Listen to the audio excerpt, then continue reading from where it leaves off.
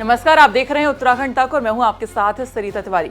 आज विधानसभा के सत्र के दूसरे दिन यूसीसी पर चर्चा हुई और आज सत्र का आगाज भारत माता की जय और जय श्री राम के नारों के साथ हुआ। विधानसभा में बीजेपी के विधायकों ने यूसीसी पर सहमति दी तो वहीं विपक्ष से ना की आवाज आई, क्योंकि विपक्ष का कहना था कि बिना इसका अध्ययन करे हम इस पर क्या कहें।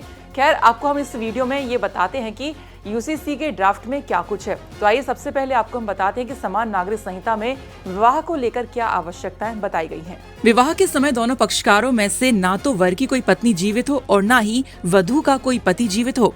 मानसिक विकार ना हो। पुरुष ने 21 वर्ष की आयु पूर्ण कर ली हो, महिला ने 18 वर्ष की आयु पूर्ण कर ली हो। आइए अब आपको बता दें कि विवाह विच्छेद किन परिस्थितियों में कर सकेंगे। जब दूसरे पक्षकार ने विवाह के पश्चात याचिकाकर्ता से भिन्न किसी व्यक्ति से स्वेच्छा से संभोग किया हो, विवाह के पश्चात याचिकाकर्ता से क्रूरता का व्यवहार किया गया हो, दूसरे पक्षकार ने याचिका प्रस्तुत किए जाने के ठीक पहले कम से कम 2 वर्ष की निरंतर अवधि तक याचिकाकर्ता को त्याग रखा हो, दूसरे पक्षकार ने याचिकाकर्ता के धर्म से अन्य किसी धर्म में धर्म परिवर्तन कर लिया हो, मानसिक विकार से पीड़ित रहा हो, दूसरा पक्षकार जीवित है या नहीं इसके बारे में 7 वर्ष तक सुना न हो, 1 वर्ष तक भरण पोषण का आदेश का पालन करने में विफल रहा हो। अब जानते हैं कि यूसीसी में विवाह के पंजीकरण के लिए क्या कुछ कहा गया है। संहिता के प्रारंभ होने की तिथि से 6 महीने के अंदर उस उप निबंधक के समक्ष पंजीकरण की घोषणा प्रस्तुत की जाएगी।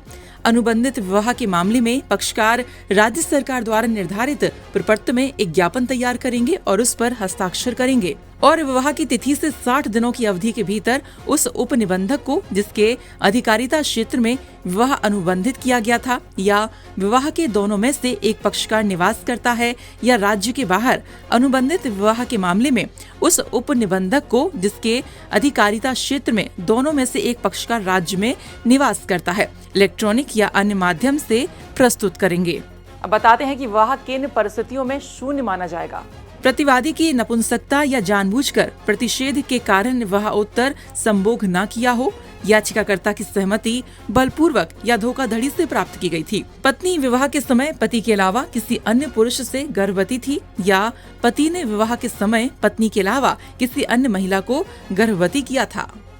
यूसीसी के ड्राफ्ट में विवाह विच्छेद की याचिका पर प्रतिबंध लगा दिया गया है अगर विवाह के 1 साल के अंदर विवाह की याचिका दी गई हो।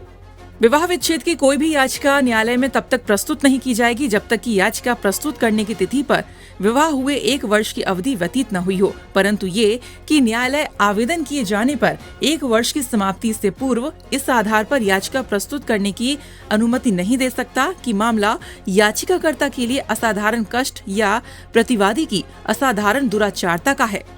जब याचिकाकर्ता द्वारा 21 वर्ष की आयु प्राप्त होने की तिथि से 1 वर्ष की अवधि समाप्त होने के पश्चात कार्रवाई आयोजित की गई हो, याचिकाकर्ता कपट का पता चल जाने के बाद भी विवाह के दूसरे पक्षकार के साथ अपनी पूर्ण सम्मति से अपनी पत्नी पति के साथ रही हो।